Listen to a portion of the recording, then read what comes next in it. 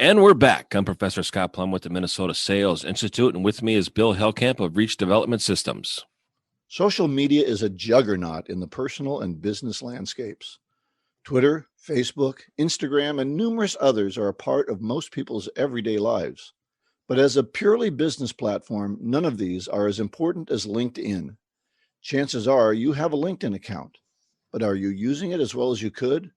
Does it present you in the most advantageous way? And is it creating new business for you as it should? Listen for answers to these important questions as Scott and I welcome LinkedIn expert JoAnne Funch to discuss LinkedIn, your 24/7 sales tool, and much more on episode 444 of the Get in the Door podcast.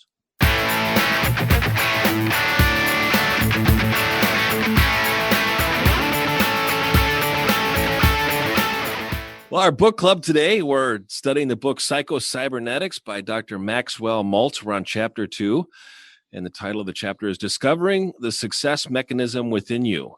And this, I think, is another important chapter. And in there, it says, read this chapter 2 or 3 or 4 times for the next 21 days and notice how it has an impact on your self-image, your beliefs, how you act, and the confidence that you have, Bill. I sense that this is really an influential chapter. If our readers, if you haven't gotten the book, Psycho-Cybernetics is a fabulous book. It's a book that is going to teach you so much about yourself, about any career that you have, about any interaction that you have with other people. And it really builds on the self-image is really the foundation. But what do you think of the chapter overall? Reading something for learning and for content is very important. And too often, I think we get into these books and we just read them to get through the chapter. Right, And his advice on going back over and over again, at least for a week, and rereading this a couple of times is very advantageous so that you can start to get these very important core concepts into your mind about what causes us to act in certain ways. And until we know why we act in certain ways, it's very difficult to change those actions. We need to be conscious of it. And I think that's one thing we talked about last episode was being conscious. It's going to be challenging if we're not conscious. If we just think that it's life is really challenging if you're not conscious. Well, yeah, that's true. Just in general. And as someone who's gone through some of life as non-conscious, I realize the difference. True. And I might contradict myself in this next statement, but one of the lines in the summary of the book, it says, we must let it work rather than make it work. And that sounds a little contradictory to what I just said about being conscious versus unconscious. But I think in context of reading the chapter 3 or 4 times a week for the next 21 days, we're really appealing to our subconscious to make it work. And instead of making it work, we're letting it work, I should say. Well, I think that first of all, you have to do things consciously so that then they can become unconscious. Habits don't form by magic and hope. The first few times we do something, we have to force ourselves to do it. We have to reward ourselves for doing that. And then eventually it can become a habit. The 21 days is often thought by people is how long it takes to form a habit. Mm-hmm. So I'm not surprised he comes up with the 21 days. But you really need early on to consciously do something until it can become part of your unconscious way of doing things. Yeah. I'm curious what some of our listeners have taken away from the chapter. We're always grateful for your feedback, and I'll mention some of the highlights that I took away from it. And then if it's same as you as a listener, great. I mean, we're on the same page. We're really pulling away the same stuff, content out of the chapter. One thing I highlighted is human beings have something that animals don't, and that's creative imagination. And I never really thought about it, but we do have the creative imagination versus animals that just basically go on instinct. And if we just act like we're going to go on instinct and we're just going to go with our hunch or go with our gut, I don't know if we're really applying ourselves consciously or intentionally. And sometimes it's tough to improve if we're just working on our instincts and our subconscious versus our conscious. My gut has to be trained. Yeah, right. It has to be trained for what is good action. It has to be trained. If I've been taught wrong my whole life about what success looks like, then I'm going to naturally do the wrong thing according to my gut. Mm-hmm. So reading books like this and thinking about new ways of doing things is how we train ourselves over time to make better decisions. I know I've worked with people who have had very bad early functioning training, maybe never learned to read or did all of their schoolwork in front of the TV or spent all their evenings watching TV. And it's very difficult for them to recognize what good behavior is, because bad behavior is such a part of what they do. And so you do have to train that gut in order to make good decisions. Well, good point. You just explained a lot. I did my homework in front of the TV, and now I know why my attention span is only 10 minutes. I did mine whenever it was imminently due. So. Okay. You responded well to deadlines. That's right. I'm a deadline guy. Another thing that I highlighted was the servo mechanism. So he talks about the servo mechanism is divided into two general types, where the target goal or answer is known and the objective is to reach or accomplish it. And number two, where the target or answer is not known and the objective is to discover or locate it. And if we think about all of our actions and falling into those two areas, I think we can categorize, do we know what the answer is and we're trying to find it, or do we not know what the answer is and we're searching for it? Right. And when we create awareness, then we have a desire to find an answer. If we don't have any curiosity or awareness, there's no reason for us to change. And if we don't have a curiosity, then there's no context on retaining anything either, because it doesn't stick to any interest or curiosity. So I like the visual that he used of the servo mechanism, maybe in a guided torpedo or missile that is constantly looking for itself to be on or off track. And if it's off track, then it continually makes small adjustments back and forth until it finds the target. And I think that's really true with goal setting, with making a decision on the direction we want to take our lives. You can't just set the goal once and let yourself go. You have to constantly go back, look at those goals, look at that objective. How am I doing? How am I getting closer to it? Are the things I'm doing working, or do I need to do something different in order to hit that target? Mm-hmm. And in the book, I highlighted the machine does not react or respond to positive feedback. It only responds. What does that mean to you then? Well, it only responds when it's off course. I think an autopilot on an airplane is the same way. It picks a destination, it picks an altitude, it picks a heading, and it heads towards that destination, and it only makes adjustments when it's off course. As long as it's on course, there's no reason for it to change. It's do you suggest by that then that we don't react to positive feedback? No, I think that we need to determine a goal, a destination, and we need to be able to measure and manage the process to get there. And in measuring and managing the process, we're going to be able to find out if we're on track or not. Too often, salespeople, they might have a monthly goal. So they have a monthly goal, and here's what I've seen situations more common than not, is that they're in the third week of their sales goal, and they're at 60% of their goal. And I say, okay, now what are you going to do? Well, I'm going to work a little harder. I go, really? And then what's going to happen next month? Well, what do you mean? What are you going to do next month?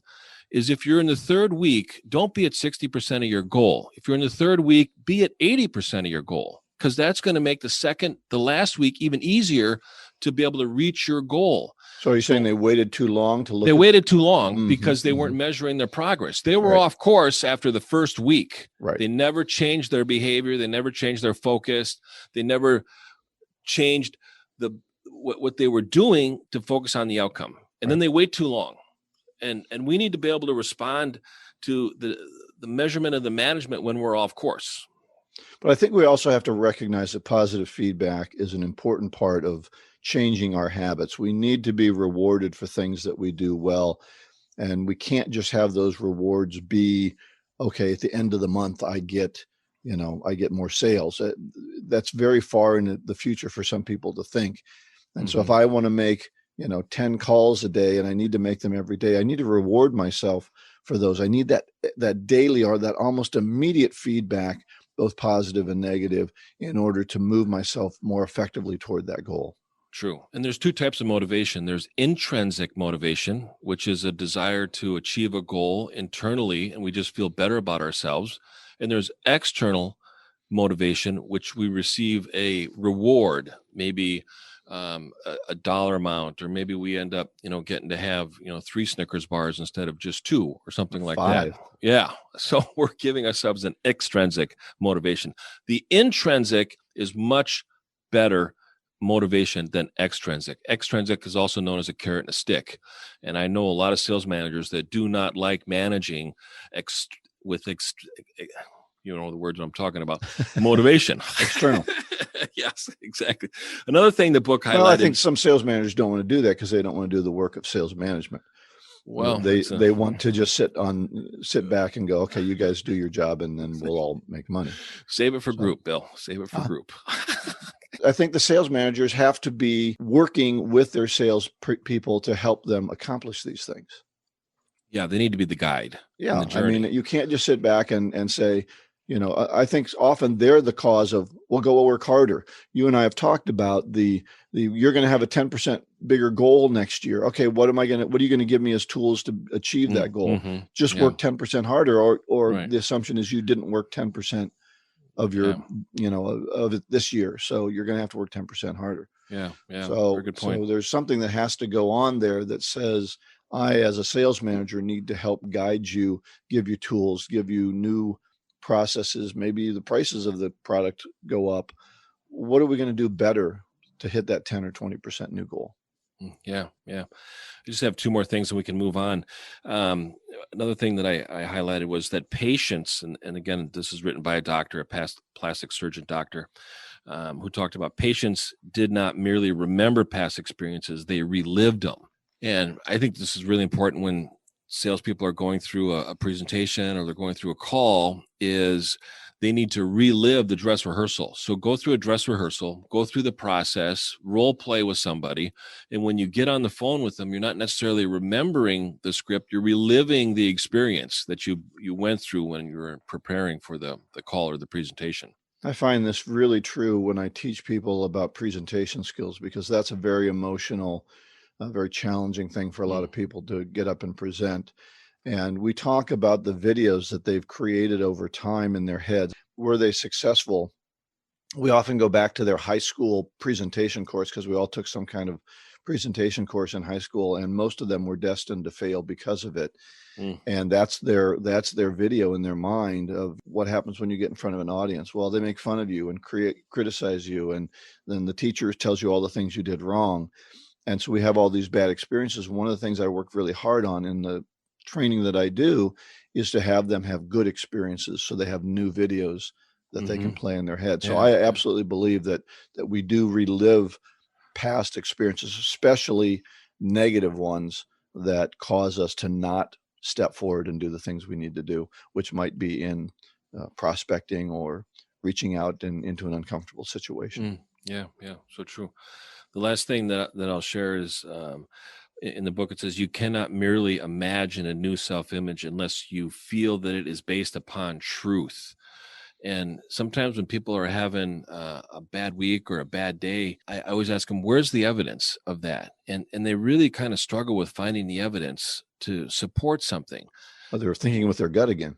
Well, they might be doing that, or they just might be having a negative or a pessimistic outlook when there's no evidence to really support that. Right. And there's more opportunities if we believe that there are opportunities and instead of limitations. And that's really a mindset that we have to have. I mean, right now with the shutdown, I mean, we might have an attitude and outlook of limitations when there's plenty of possibilities. There's plenty of opportunities out there. We just need to believe and create a truth that is going to represent our self-image and then have a direct effect on our behavior. Agreed. Our book giveaway, I think this is the last book we have, isn't it? This is the last one, yes. Breaking the Rules, 111 Tips to Selling Value in an Era of Procurement. Our winner is Meredith Burkich.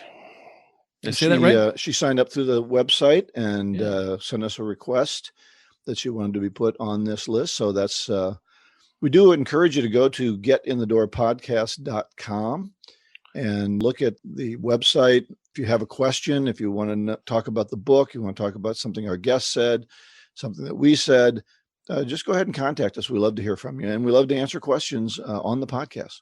Yeah. So if you've got a favorite book that you think we should do, we're certainly open to ideas. So great idea. This segment has been brought to you by the Jumpstart Sales Coaching Program presented by your hosts of Get in the Door podcast. Business is heating up, and now is the time to get back on the selling track. While others wait for the market to improve, prospects and opportunities await you now.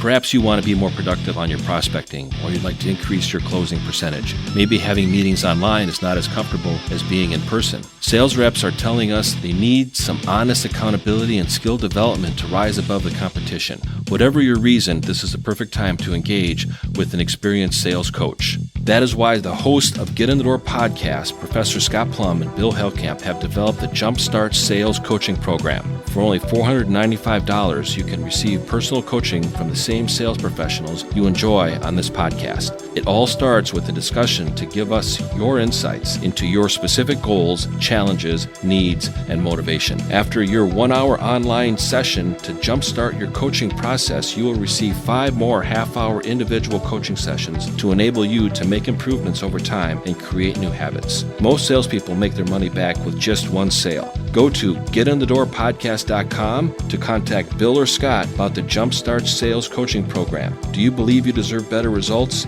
Now is the time to invest in yourself and invest in your future.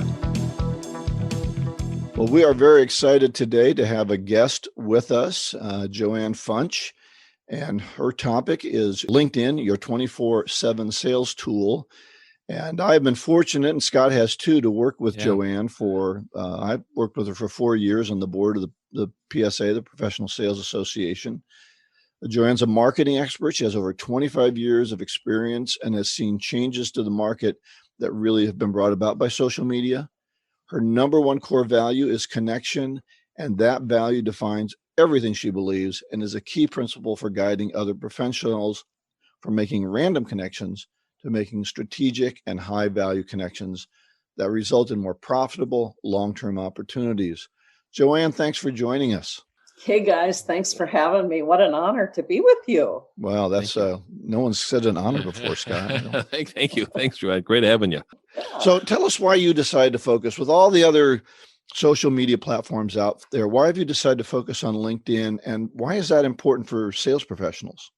Super good question, and I'll try to give you a short answer. The reason I focused on LinkedIn goes back to the fact that I relocated across the country from Southern California to Minneapolis back in mid-2007. And I had Did that for the weather, did you? Oh, yeah. Yeah, had to see snow. Oh, yeah. And, I had no company. I had no job. I had no connections. And at that time, I was exploring this whole thing. You guys will remember internet marketing, right? They used to call it back in the day. And social media was relatively new at that time in 2007.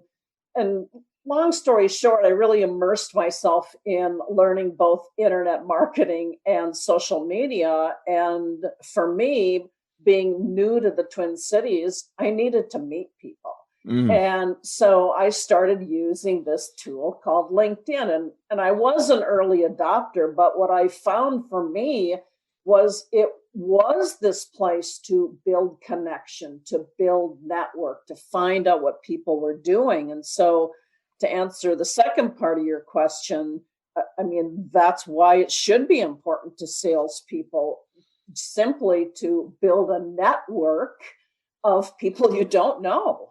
JoAnne, when it comes to the LinkedIn profile, what are some of the biggest mistakes that you see professionals do, salespeople do, and why is the LinkedIn profile so important when it comes to adding credibility?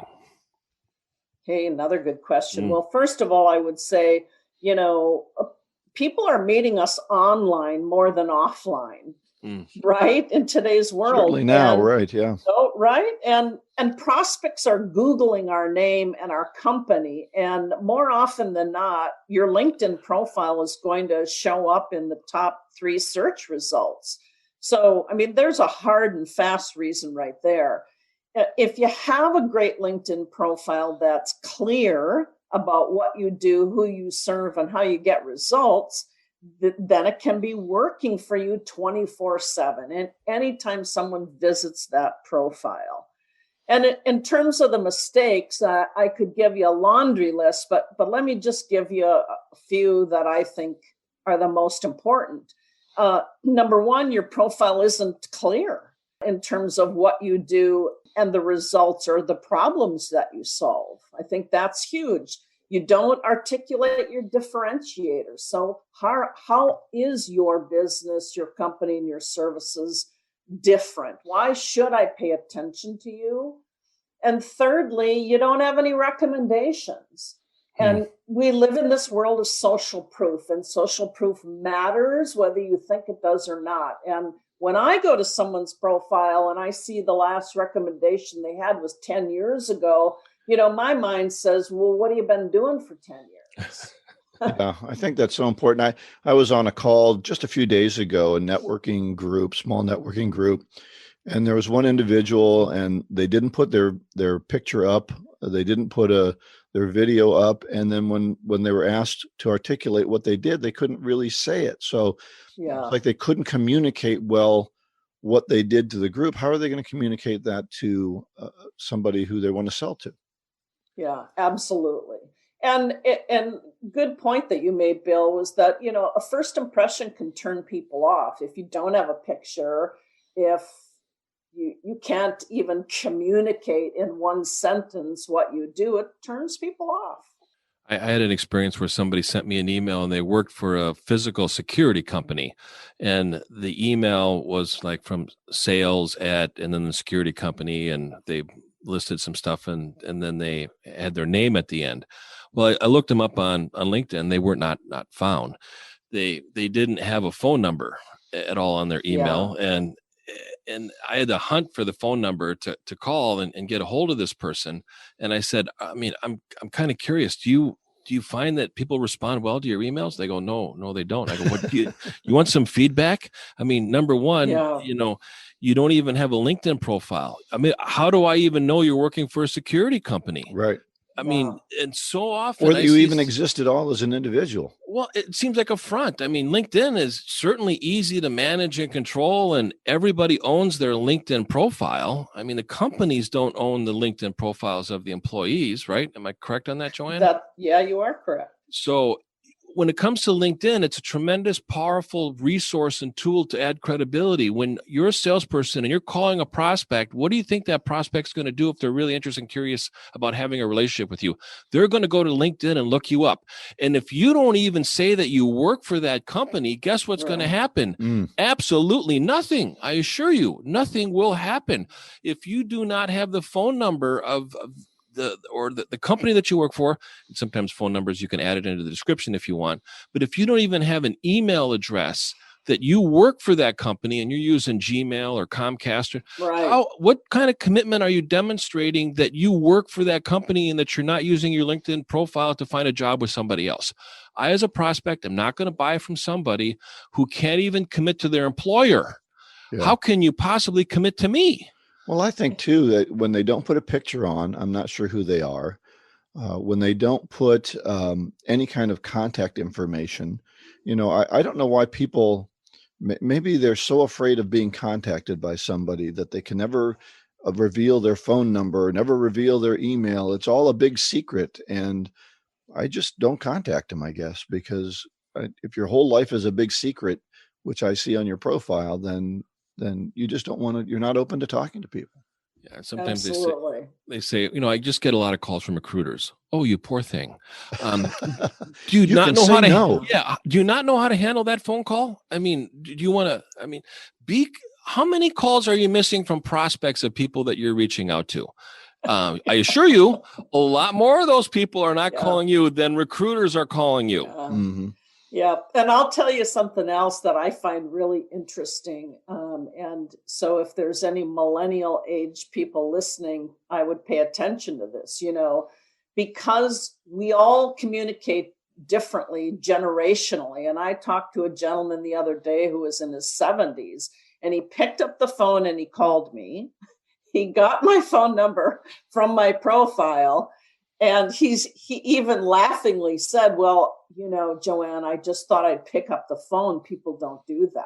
That's so true. And so don't assume everybody's going to text or email you, right? Right. I always say, digital marketing does not add credibility.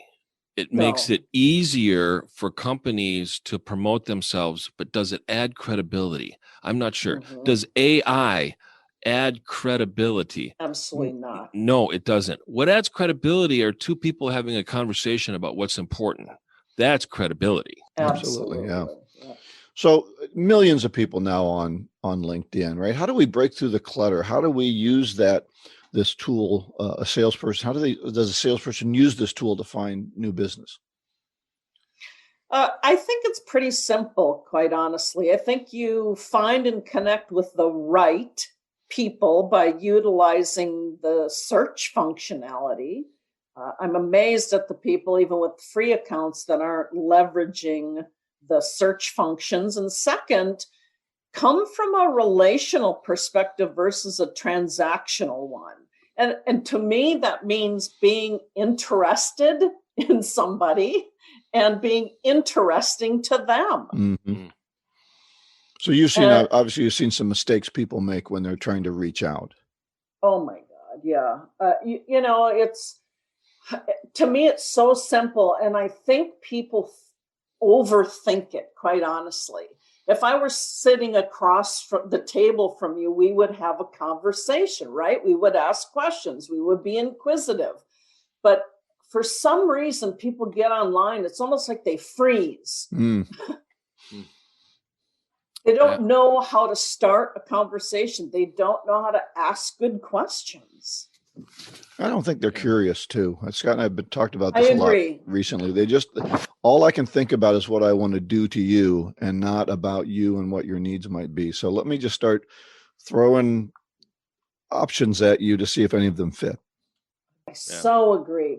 And you know what, Bill? I think it's because people are lazy. They don't want to take the time, the 15 minutes it might take to have a brief conversation to be curious enough. And I think it's just a shame because ultimately people add value to our lives, whether we ever do business with them or not, right? Right. Well, just this morning, JoAnne, I got an email from you about automation that people are using on LinkedIn. Do you want to address that for just a moment? Oh, I would be happy to do that. I think we've hit a sore spot here. Oh, gosh. Well, I'll tell you, I understand why people do it because everybody is crunched for time. But honestly, it's become so impersonal that now we've turned our network. Well, we don't even have a network, in my opinion, at that point, because people are using automation to search broad keywords, first of all. Mm-hmm. And so what happens is now all of us are receiving messages that aren't even relevant. Oh, right. And so yeah, my profile says I'm a business trainer and coach, so I get advertisements for whistles and striped shirts all the time. Yeah, and I have the term coach in my profile too, and so I get a lot of emails about fitness coaching. Mm-hmm. But the one I used in my newsletter today was really a teen topper, that I'm in the finance industry and they want to give me a finance award. Wow. And anyway, my point in using automation is I understand why you want to do it, but I really want to pose the question, can you really automate relationships? Mm-hmm. Particularly in a world where people are craving connection, and it's more important than ever. And to the point you guys made earlier, I think that first impression, you've just blown it in a lot of ways, because I feel like you're treating me like a number. I'm just a number to you. I'll answer somebody's network request, and 30 seconds later, I get a canned email about how much they really desire to work with me. And I don't believe it. So it sounds like, JoAnne, basically the reputation is really how LinkedIn can help salespeople add credibility when they want to meet somebody that they don't know, and use their network as an asset and a resource. And I think especially, like you mentioned earlier, the testimonials and the recommendations are so powerful. Yes. And every time I get a chance to, anytime somebody ever sends me an email, says, thanks for the class, thanks for the coaching session, or thanks for the podcast, really enjoyed that episode. I turn around and say, I really appreciate that. Would you mind putting that in writing and putting it on my LinkedIn profile? Yeah. I really would like to be able to share that with other people, so that if other people want to know more about what it's like to work with me, they can just go to my LinkedIn profile and look at, how many recommendations. I think I have like 56 recommendations. Do I have to give any references when I'm working with somebody? I go to my LinkedIn profile and see how many people that we have in common. And so are there other ways to build that reputation? Yeah. I think there are other ways, yes. And I think it starts with, that first impression you give, which is, we've already talked about the profile, but the second impression that you're giving and sharing your expertise is, how are you engaging on LinkedIn? And engagement is in two forms. Right? Engagement is what are you posting that shines your light, and people are engaging with your content. And secondly is, how are you adding value to others by engaging them in conversation? Or are you the folks that you want to stay top of mind with? Are you jumping in and commenting on something they posted in a thoughtful way where you could add value?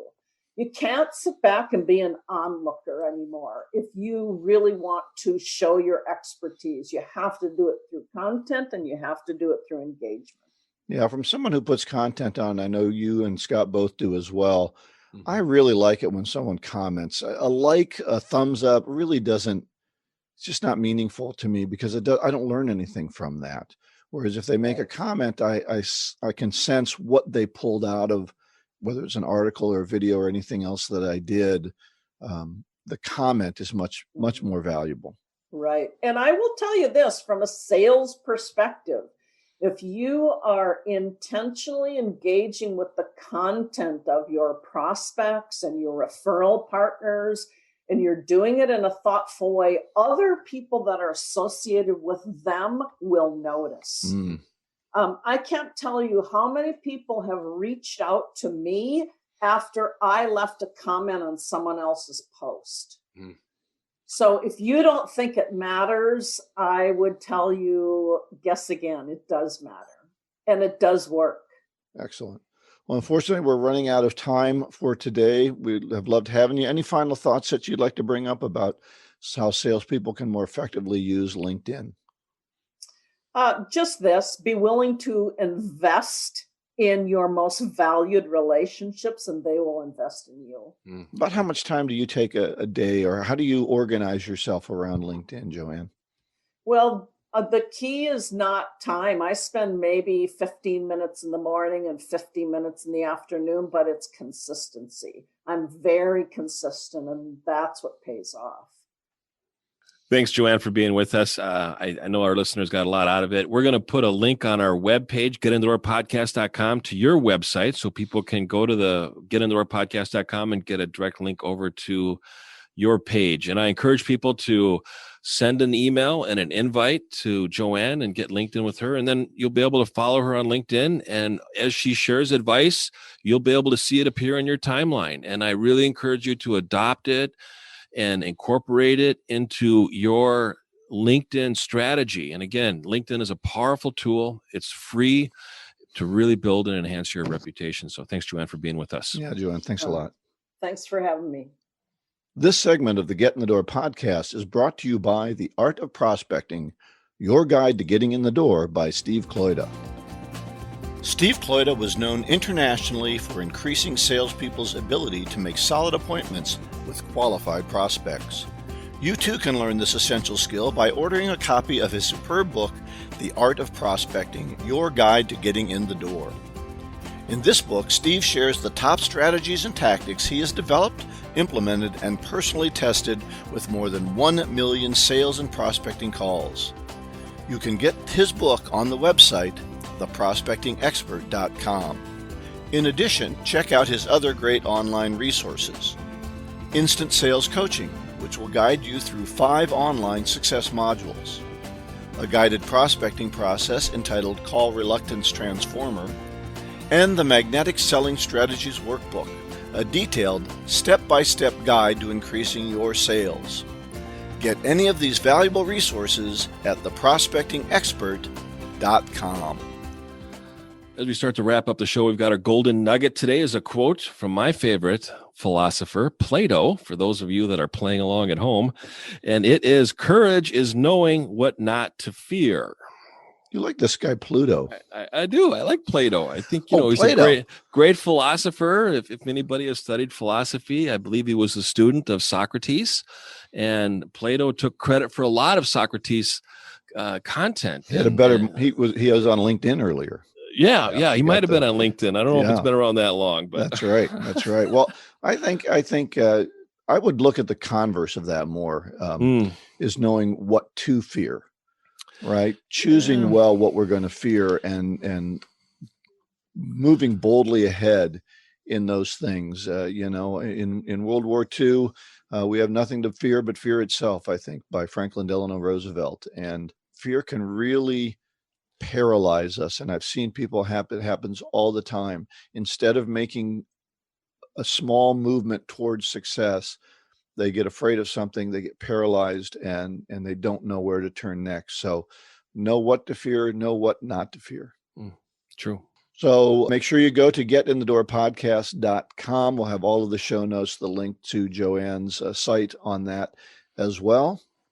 And next week, we're going to be covering Chapter 3, Psycho-Cybernetics. Chapter is on imagination, the first key to your success mechanism.